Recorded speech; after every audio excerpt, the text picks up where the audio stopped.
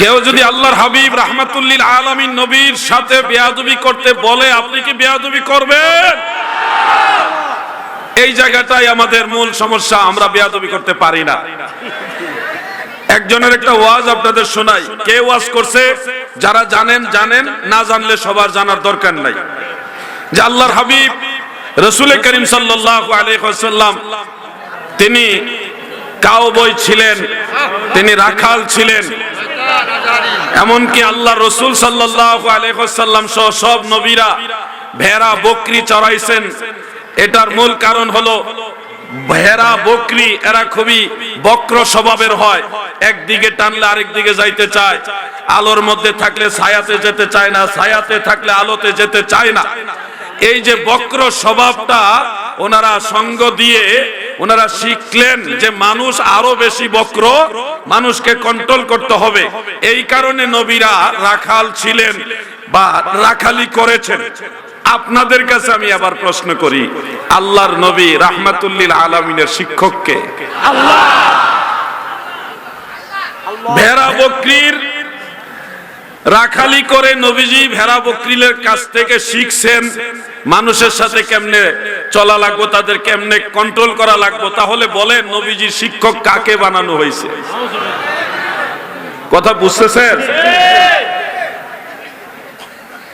আমাদের দয়াল নবীর শিক্ষক একমাত্র আল্লাহ। দুনিয়ার কারো কাছ থেকে আমার নবীজি শিক্ষা অর্জন করেননি। আর আপনাকে কি সুন্দর ওয়াজ দিচ্ছে যে ভেড়া বকরি এইভাবে চড়াই আল্লাহ রাসূল শিখছে মানুষের সাথে কিভাবে চলতে হবে, মানুষকে কিভাবে কন্ট্রোল করতে হবে। আরে রাহমাতুল লিল আলামিনের শিক্ষক কাদেরকে বানানো হয়েছে? বোকা বাঙালি তোমরা কবে বুঝবা? ব্যক্তি অমুকের সাথে আমাদের কোনো শত্রুতা নেই, ব্যক্তি তমুকের সাথে আমাদের কোনো বিরোধ নেই। তারা যখন আল্লাহর হাবিবের ইজ্জতের চাদর মোবারক নিয়ে টান দেয়, তখন নবীর গোলামেরা চুপ থাকতে পারে না। مولاي صل وسلم دائما ابدا على حبيبك। যে ৭২ দল জাহান্নামে যাবে তাদের মধ্যে নামাজি থাকবে, রোজাদার থাকবে, হাজী সাহেব থাকবে, বহুত বড় বড় ডিগ্রিধারী তথাকথিত আলেমও থাকবে। আবার যে একদল জান্নাতি যাবে তাদের মধ্যে নামাজি, পরহেজগার, মুত্তাকি, উলামায়ে কেরাম এবং জান্নাতি মুমিন মুসলমান হাজী সাহেবান যারা আছে তারাও থাকবে। এর মাঝে আপনাকে সত্য মিথ্যা যাচাই করে বের করে নিতে হবে, কারণ এটা আপনার পরকালের ব্যাপার, জান্নাত জাহান্নামের ব্যাপার, ঈমানের ব্যাপার। এখানে আপনাকে একটু কষ্ট করে সত্য মিথ্যা যাচাই করে নিতে হবে। একটা হাদিস শরীফ পড়েছি, যুবক ভাইরা আপনারা মনোযোগ দিয়ে হাদিস শরীফটা শুনুন। মুআজামুল আওসাত লিত তাবারানির মধ্যে এই হাদিসখানা উল্লেখ রয়েছে। রাসূল আকরাম সাল্লাল্লাহু আলাইহি ওয়া আলিহি ওয়াসাল্লাম বলেছেন, সায়াকুনু ফি আখিরিজ জামানে আকওয়ামুন, আখিরি জামানায় অনেকগুলি কওম হবে, অনেকগুলি দল হবে। প্রিয় নবীজি বলেছেন তাদেরকে দেখতে মনে হবে মানুষের মতো, কিন্তু তাদের কালবগুলো হবে শয়তানের মতো। আল্লাহর হাবিব বলেন তারা এমন হবে যে মুখে মানুষকে সুন্দর সুন্দর কথা শোনাবে, কিন্তু কাজে কর্মে কাফের মুশরিকদের চেয়েও জঘন্য হবে। তাদের মুখের ভাষা শুনলে আপনারা মনে করবেন তারা মানুষ নাকি ফেরেশতা। কল্পনা আপনারা টেনশনে পড়ে যাবেন, এত সুন্দর কথা বলবে। লিসানুহুম লিসানুল আরব, কোন কোন হাদিস আছে লিসানুহুম লিসানুল আম্বিয়া, তাদের জবানের ভাষা হবে নবীদের ভাষার মতো সুন্দর। ওয়া কুলুবুহুম কুলুবুশ শায়াতিন, কোন কোন হাদিস আছে কুলুবুল আযীম, অর্থাৎ তাদের কালব হবে শয়তানের কালবের মতো। তাদের বাহ্যিক লেবাস হবে অনেক চমৎকার সুন্দর, কিন্তু তাদের কালবের হাল অবস্থা হবে খুবই ভয়ানক। মনে রাখবেন দাদু, খুব সিরিয়াসলি মনে রাখবেন। মুআজামুল আওসাত লিত তাবারানির মধ্যে উল্লেখ, এই ধরনের মানুষগুলো তারা অন্য মুসলমানদেরকে যারা হকের উপরে থাকবে তাদের ব্যাপারে তাদের ধারণা হবে যে তারা মুশরিক। ইমাম বুখারী রাহমাতুল্লাহ আলাইহি তার আদাবুল মুফরাদের মধ্যে, তারিখুল কবীরের মধ্যে, সহিহ ইবনে হাব্বানের মধ্যে, অন্যান্য কিতাবের মধ্যে হাদিসটা উল্লেখ। ওয়া রামাহু বিশিরকে খারাজা আলা জারিহি বিসাইফে ওয়া রামাহু বিশিরক। তারা তাদের প্রতিবেশী মুমিন মুসলমানদের সাথে তরবারির ন্যায় আচরণ করবে, খুব কঠিন আচরণ করবে। মুসলমান যারা থাকবে তাদেরকে আঘাত করবে, মারবে, তরবারির নিয়ে আচরণ করবে। ওয়া রামাহু বিশিরক, এবং সেই মুসলমানদেরকে শিরকের অভিযোগ দিবে, বলবে এটা শিরিক, ওটা শিরিক, তোমরা এটা শিরিক করছো, তোমরা এখানে মাজার পূজা করছো, তোমরা শিরিক করতেছো। বিভিন্ন শিরকের অভিযোগ তারা মুসলমানদেরকে দিবে। আর তাবারানির মুআজামুল আওসাতের মধ্যে উল্লেখ, ওয়াস সুন্নাতু ফীহিম বিদআতুন, রাসূলের যে সুন্নত রয়েছে এই সুন্নতগুলি ফীহিম বিদআতুন, তাদের কাছে বিদআত হিসেবে সাব্যস্ত হবে। ওয়া বিদআতুন ফীহিম সুন্নাতুন, আর বিদআতগুলি তাদের কাছে সুন্নত হিসেবে প্রতিষ্ঠিত হবে। ও ভাই বন্ধুরা আমার, কবর জিয়ারত এটা নিঃসন্দেহে নবীজির সুন্নত। এই সুন্নত আমরা করি, এই সুন্নতের উপর আমল করি, আর আমাদেরকে অভিযোগ দেয় আমরা শিরিক করি, মাজার পূজা করি, বলে কিনা? অপরদিকে একামতের আগে দাঁড়িয়ে যাওয়া হলো বিদআত, আর এই বিদআতের সবচেয়ে বেশি প্রচলন সেই লোকদের মাঝে পাওয়া যায়। কোন সুন্নি মুসলমান আজ পর্যন্ত বলে নাই যে একামতের আগে দাঁড়ায় যাওয়া সুন্নত, কিন্তু এই একামতের পূর্বে দাঁড়িয়ে যাওয়াটা বিদআত, এটা এই খারিজিদের কাছে হলো সুন্নত। আর কবর জিয়ারত, মাজার জিয়ারত এটা অরিজিনালি সুন্নত, এটারে বানাইছে শিরক, বিদআত। তাহলে আল্লাহর হাবিবের জবান মুবারকের হাদিসের সাথে এই খারিজিদের মিল পাওয়া।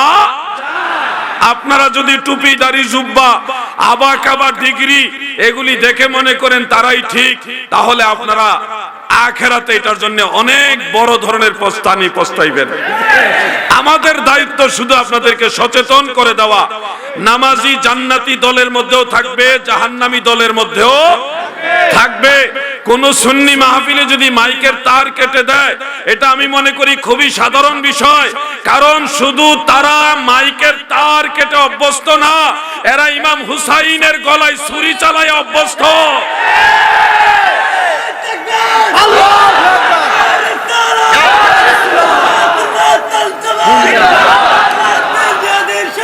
আমার নাম না, আপনাদেরকে সচেতন করে দিচ্ছি, সতর্ক করছি আখিরাতের ব্যাপারে।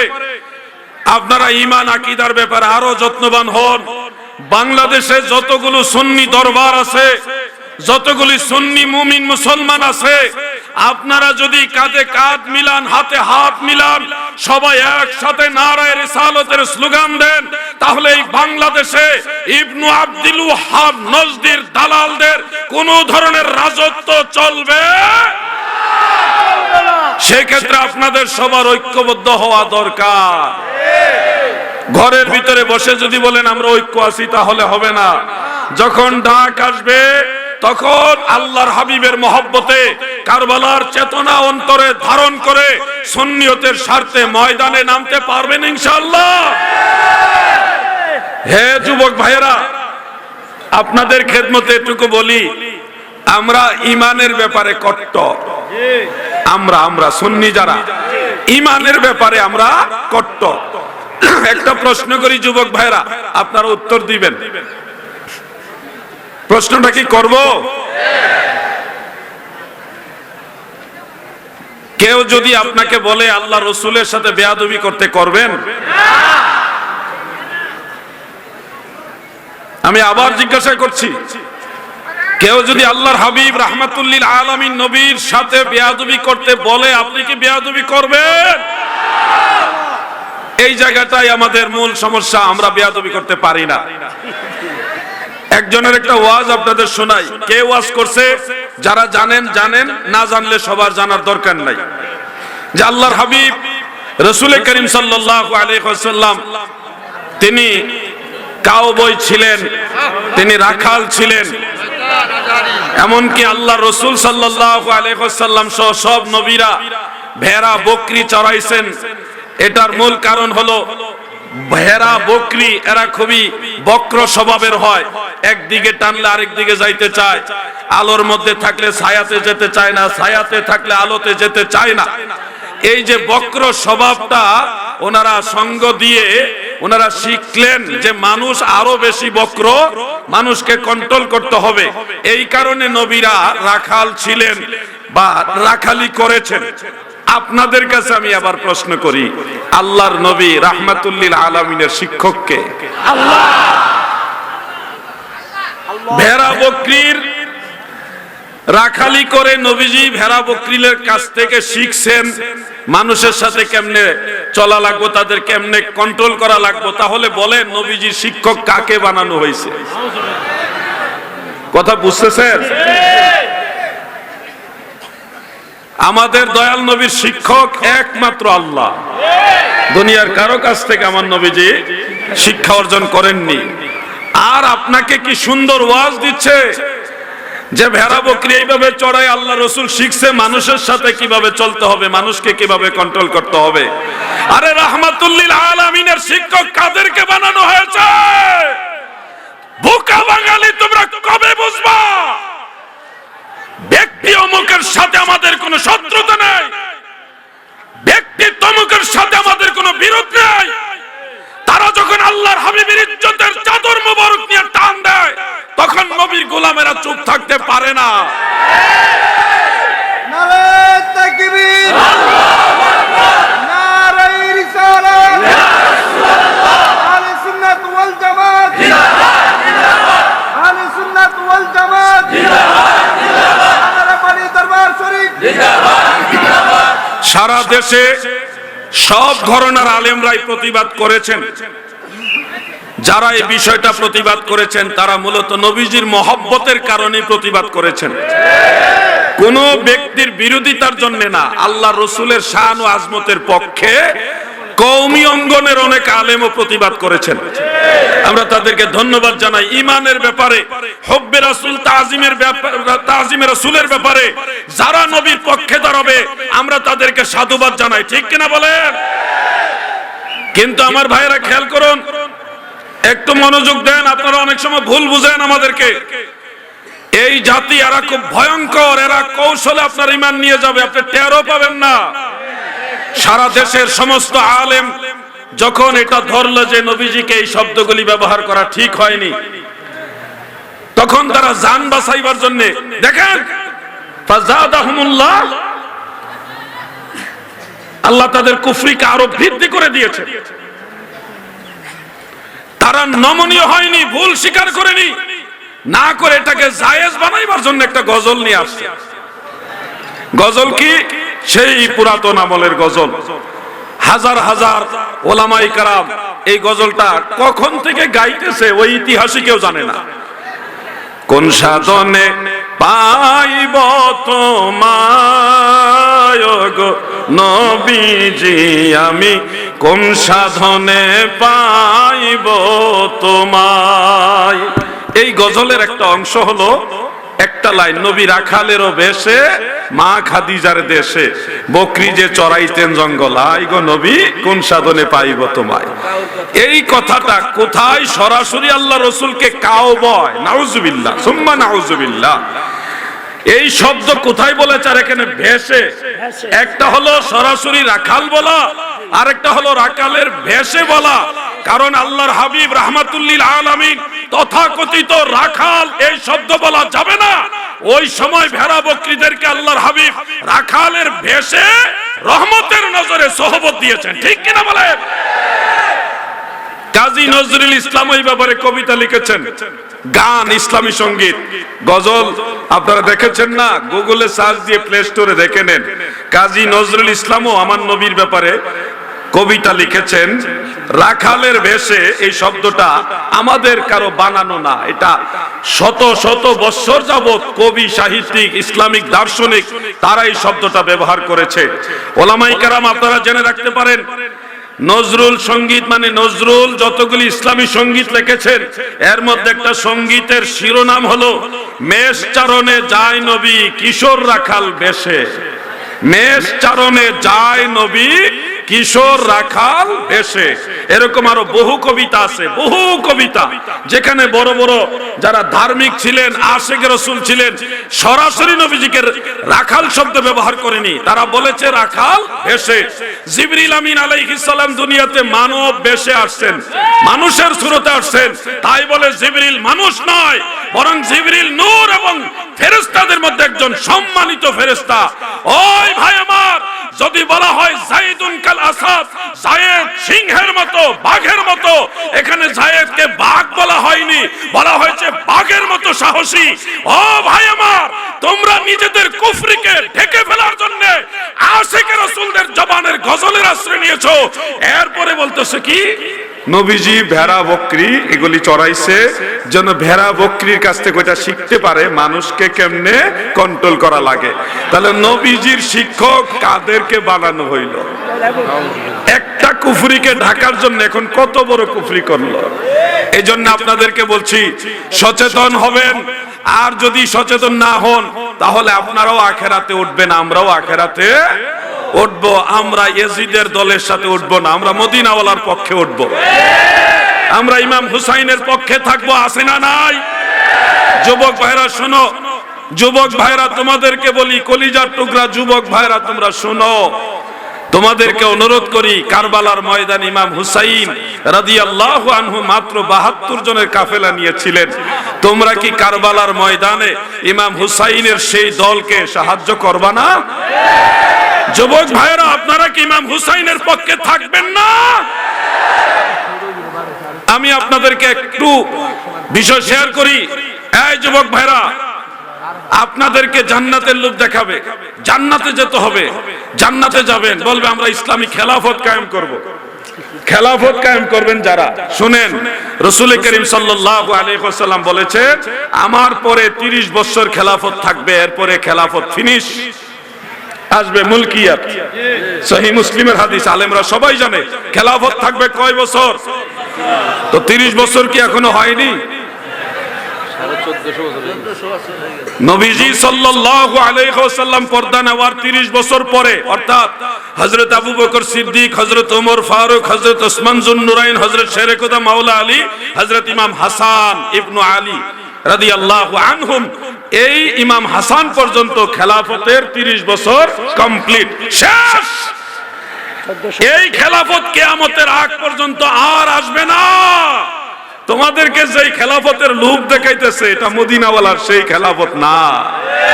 ওই খেলাফত বহু আগে বন্ধ হয়ে গেছে, আর আসবে না কিয়ামতের আগে। এখন যেই খেলাফত আছে, যুবক ভাইরা শুনো, কিয়ামত পর্যন্ত যেই খেলাফত থাকবে এটা ওই খেলাফত না।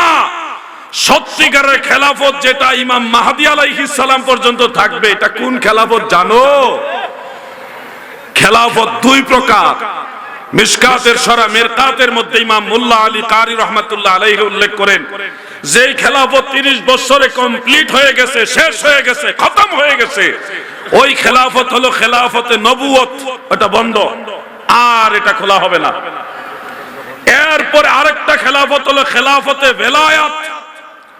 এই ভেলায়াতের খেলাফত ইমাম হুসাইন, ইমাম জাইনুল আবেদিন, ইমাম মুহাম্মদ বাকের, ইমাম জাফর সাদিক, ইমাম মুসা কাযিম, এইভাবে আওলাদে রাসূল হয়ে আল্লাহর ওলিদের মাধ্যমে চলতে চলতে চলতে চলতে এই খেলাফতে ভেলায়াত ইমাম মাহদী আলাইহিস সালাম পর্যন্ত থাকবে। এবার আমি তোমাদেরকে যে তথ্য দিলাম, যারা তোমাদেরকে ইসলামী খেলাফত কায়েম, তারাই বায়াতে রাসূল, বায়াতে খোদা বলা হচ্ছে না। আপনি যান ওনার কাছে, হুজুরের কাছে, আল্লামা সৈয়দ বাহাদুর শাহ মুজাদ্দিদি আল আবিদি হুজুরের কাছে গিয়ে বায়াত গ্রহণ করেন। হুজুরে বায়াত দিব কার জানেন? সরাসরি মদিনাওয়ালা। তাহলে খলিফা হলো উনি মদিনাওয়ালা। সিলসিলা বয়, সিলসিলা হয়ে উনি কিন্তু ধারাবাহিক আল্লাহ রসুলের খলিফা, ধারাবাহিক ডিরেক্ট নয়, অনেক লম্বা একটা সাজারা হয়ে, সিলসিলা হয়ে উনি মদিনাওয়ালার খলিফা। তোমরা তো আসল খলিফাই চিনো না, ইংরেজি হুজুর পাইলে দৌড় মারো। তোমরা রসুলের খলিফা খুঁজতে চাইলে যারা নায়েবে নবী আছে এই জমানা, ওই সিলসিলায়ে আহলে সুন্নাহ, বিভিন্ন হক সিলসিলার খেলাফত প্রাপ্ত যারা, তাদের কাছে যাও, তারা হলো সত্যিকারের খলিফা। যুবক ভাইরা চতুর্দিকে তাকাও, খুঁটিগুলির দিকে তাকাও, প্যান্ডেলের খুঁটিগুলির দিকে তাকাও, প্রত্যেকটা খুঁটির মধ্যে দান বাক্স রাখা আছে না? না রাখা আছে? ভালো করে দেখেন আছে কিনা। আমার মনে হয় আপনারা কম দেখেন। প্রত্যেকটা খুঁটিতে খুঁটিতে দান বাক্স রাখা আছে না? নাই? নাই? ও তাইলে নাই। আপনারা খেয়াল করেন, আমরা হইলাম মাজার ব্যবসায়ী, আমরা পীর নিয়ে ব্যবসা করি, মুরিদ নিয়ে ব্যবসা করি, আমরা উরুস দিয়ে ব্যবসা করি, আমাদের উপরে ব্যবসায়ীর অভিযোগ তহমত। এই তোমরা ব্যবসা করো, দরবার দিয়ে ব্যবসা করো, মাজার দিয়ে ব্যবসা করো, কিন্তু আফসোস এত বড় সম্মেলন কোথাও কোনো দান বাক্স নাই। দেখেন না, দেখেন না, মনে হয় খুঁটিতে আছে, আপনারা দেখছেন না। কিন্তু যারা আমাদেরকে ট্যাগ লাগায় আমরা মাজার ব্যবসায়ী, মাজার পূজারী, আমরা ব্যবসা করি, তাদের মাহফিলের একটা খুঁটিও বাদ নাই যেখানে দান বাক্স নাই। খবর নিয়ে দেখেন না ভাই, তাদের মাহফিলে ঢুকার ডাইনে বামে কোন ছোটখাটো বক্স না, আস্তা বড় ড্রাম দিছে, টাকা দিয়ে যান। তাহলে অরিজিনালি ব্যবসায়ী কারা? ধর্ম বিক্রি করে কারা খায়? ধর্ম ব্যবসা করে কারা খায়? তোমরা দেখো আমাদের দরবারে যেগুলি আসে মানুষ ভালোবাসা দেয়, সাউন্ড লাগে না, দে রে দেও রে, কোথাও বলছে আপনাদেরকে পর্যন্ত আমাদেরকে টাকা দেন, দান করেন বলছে কেউ? মানুষ যেটা দিতেছে, একটা গরু নিয়ে আসছে 1 বছর পরে যে মুর্শিদের বাড়িতে যাব, সবাইরে নিয়ে, গরিব অসহায় মানুষ আছে, মেহমান মুসাফির আছে, আলেম উলামা আছে, মাদ্রাসার তুলাবা ছাত্ররা আছে, সবাইরে নিয়ে তাবারুক খাবো।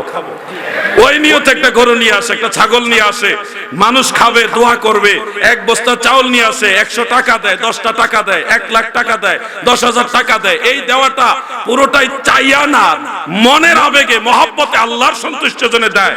এই সিস্টেমটাই হলো মূলত ইসলামের সিস্টেম, যে জোর করে চায় না, আমরা জোর করে নেই না, তারপর আমরা ধর্ম ব্যবসায়ী ট্যাগ পাইলাম। আর তারা প্রতি খুঁটিতে খুঁটিতে দান বাক্স টাঙ্গাইছে, গেটের সামনে বড় ড্রাম লাগাইছে, টাকা দিয়া যাও। এরা নাকি আবার ধর্ম ব্যবসায়ী না।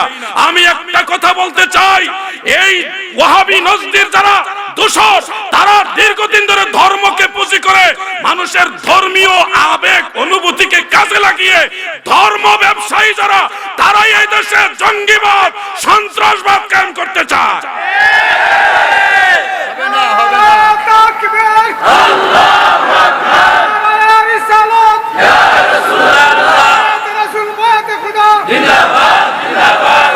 আমি আপনাদেরকে একটু 1 থেকে 1.5 মিনিট কথা বলি, আমি মাইক ছাড়বো। শুধু এটুকু বলি আপনাদেরকে, আজ পর্যন্ত কোথাও দেখছেন কোন মাদ্রাসায় যারা আমাদের আকীদার পক্ষে না, সুন্নি আকীদার ধারণ করে না, এমন প্রতিপক্ষ যারা, এমন কোন মাদ্রাসাতে সুন্নি মুসলমান আক্রমণ করছে এরকম দেখছেন আপনারা? কিন্তু আপনারা এটা দেখছেন কিনা যে সুন্নি দরবারে, সুন্নি মাজারে আক্রমণ হয়েছে, এটা দেখছেন কিনা? তাহলে অরিজিনালি ইসলামের আদর্শটা কার ভিতরে আছে?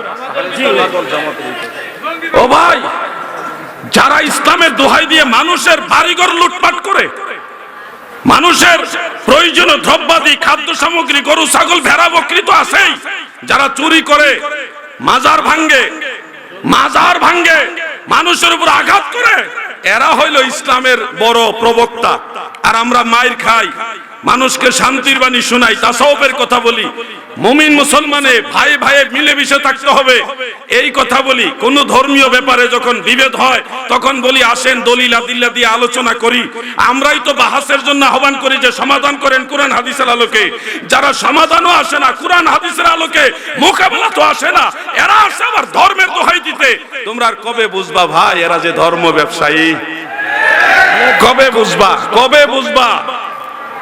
বলছে অমুক দল তারা ছিল স্বৈরাচার, তাহলে ওই দলের সময় তাদের সাথে এক সময় এই লোকেও তো কাজ করছে, যারা এদেরকে ট্যাগ লাগাইতেছে এরা স্বৈরাচার।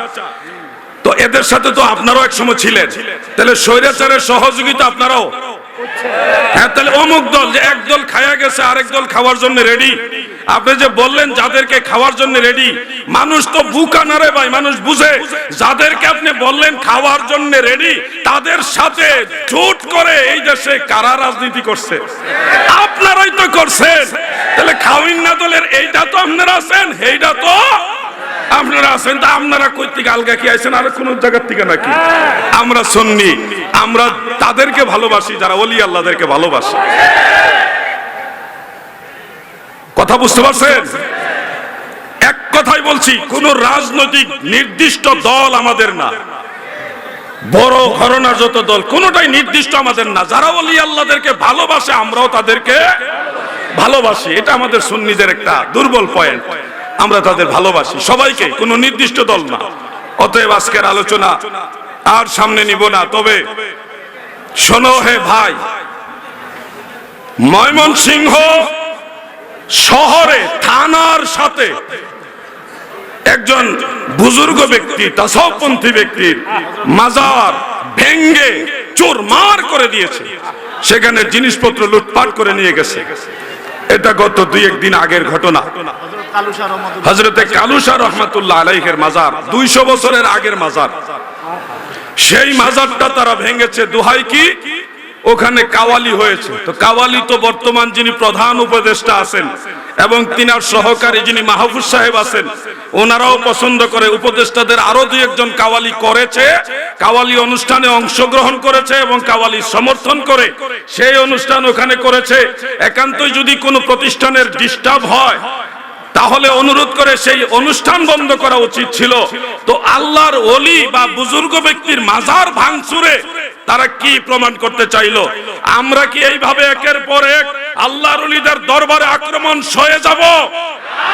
আওয়াজ দিয়ে বলেন সয়ে যাব।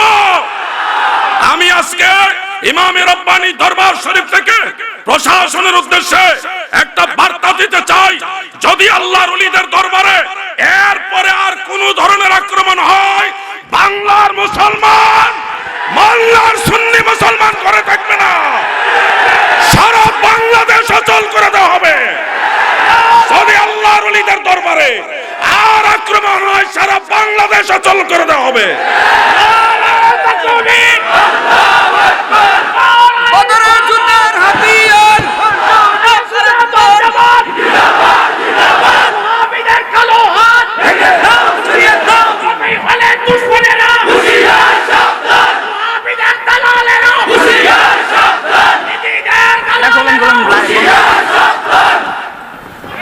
শুনুন, আপনারা জায়গা থেকে বসুন। বাংলাদেশ আহলে সুন্নাত ওয়াল জামাতের পক্ষ থেকে বসেন আপনারা। বাংলাদেশ আহলে সুন্নাত ওয়াল জামাতের পক্ষ থেকে আমরা এই বিষয়গুলি গভীরভাবে পর্যবেক্ষণ করছি। আমরা কখনো এই দেশে অশান্তি চাই না, এই দেশের মধ্যে শান্তি শৃঙ্খলা নষ্ট হোক এটা আমরা চাই না। এই জন্য বৃহৎ স্বার্থে, জাতীয় স্বার্থে, দেশের স্বার্থে আমরা তেমন কিছু বলি না। প্রশাসনকে বারবার অনুরোধ করি, আপনারা এটা দেখুন, আপনারা এটা পর্যবেক্ষণ করুন। প্রশাসন দেখছেন, কিন্তু কিরকম দেখছেন সেটা নমুনা দেখছি। আমরা প্রশাসনের দৃষ্টি আকর্ষণ করব, এদেরকে দ্রুত গতি আইনের আওতায় নিয়ে আসা হোক। আর আল্লাহর ওলিদের দরবার আক্রমণ করেছে, তাদেরকে দ্রুত গতি আইনের আওতায়। অন্যথায় সুন্নি জনতা একবার মাঠে নেমে গেলে তখন কিন্তু আপনারা সামলাইতে পারবেন না, সেই দিনটা আমরা চাই না। সাগর দেখেছেন, সাগরের তরঙ্গ দেখেননি। আপনারা বাঘ সিংহের নাম শুনেছেন, সিংহের ধাবা দেখেননি। আপনারা সুন্নি জনতার নাম শুনেছেন, সুন্নিয়তের গণজোয়ার দেখেননি। আমরা শেষবারের মতো এই বার্তা প্রশাসনের কাছে দিলাম। এটা হলো আমরা ওনাদেরকে অনার করলাম, আইনের সত্তা নিবেদন করলাম যে আর যেন কোনো ওলি আল্লাহর দরবারে আক্রমণ না হয়। কোন আলেম, যে কোনো ধরনের কোন আলেম কোরআন, সুন্নাহ, ইজমা, কিয়াস, শরীয়তের